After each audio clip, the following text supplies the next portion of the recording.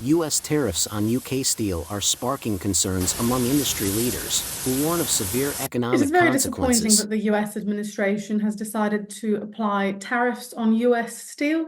The US is a very significant export market for the UK, particularly because it's a high value market.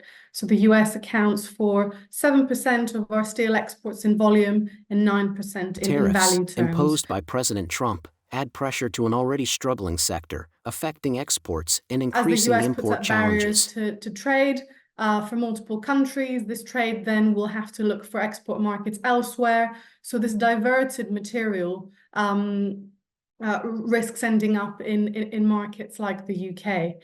Now, we're already in a particularly challenging market environment, a highly oversupplied environment, weak demand as well, both globally and in the UK. We face particularly high costs, energy costs as well. And so the last thing we need is both the knock on our direct exports to the US, but also that high import pressure from material coming from all over the world. Every additional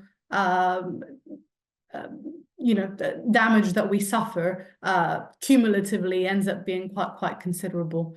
And this is also a time when the steel sector is faced with, as I mentioned, high costs. It's also faced with net zero targets. We're having to invest to decarbonize. So in the wider context, every additional challenge. With high energy costs and an oversupplied market, experts say this is the last thing the UK steel industry needs.